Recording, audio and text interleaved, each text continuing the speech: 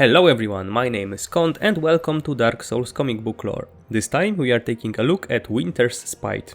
And once again we are starting off with an intro text, and I have to say that I love how it's written. This page could easily be read by a narrator at the beginning of the next Souls game. And sadly I have to say that this is the best part about the whole comic book, and you'll see why in a moment. I mean, actually the beginning is also quite good. We meet our protagonist, who is a prisoner named Andret, and he is forced to fight in an arena by some unknown race. Shortly after that we learn about his backstory, and it turns out that he was imprisoned while on a quest to find a thief who almost killed him and stole the sword called Pyreblade that belonged to Andret's ancestors. It looks like on his way he fights some hollows and finds an artifact that transports him into a world, very similar to the painted world from the games. And it looks like he is in that world right now. So later we get a compilation of Andret's arena fights, and it looks like every single one of his opponents so far came from the games, which is kinda funny. I mean, I know that previous comic books had some forced fan service, but this is just obnoxious. Anyway, the first issue ends with him standing in the arena with some huge opponent being his enemy. Wow, so scary. I wonder if he'll make it. Anyway, they fight, and it turns out that the master of the castle that he is trapped in is actually Emperor Palpatine, but with fire powers instead of lightning. Andret is able to turn his opponent and Palpatine against themselves, and it looks like they both die. I especially like Emperor's death here, as it's an obvious reference to the famous Batman scene where he gets his back broken by Bane. So Andret escapes, and we get another fight compilation. He sees a vision of some lady in the snow and instantly falls in love. After that he moves further and, well, is imprisoned again. What a great protagonist. Then, in the third issue, Andret meets the Duke that he is imprisoned by now. And Jesus Christ, we get another generic backstory. It turns out that the lady who Andret saw in the Winter Storm is named Parentia, and she is a keeper of the realm that they are in right now. Kind of like Priscilla in the painted world. Oh, and also Palpatine was her husband. Whoops. Then it turns out that the Duke wants to bring Andret to Parentia so she will save him from the curse, because when Andret escapes, because of course he does, turns out that everyone is afflicted with the curse of the undead.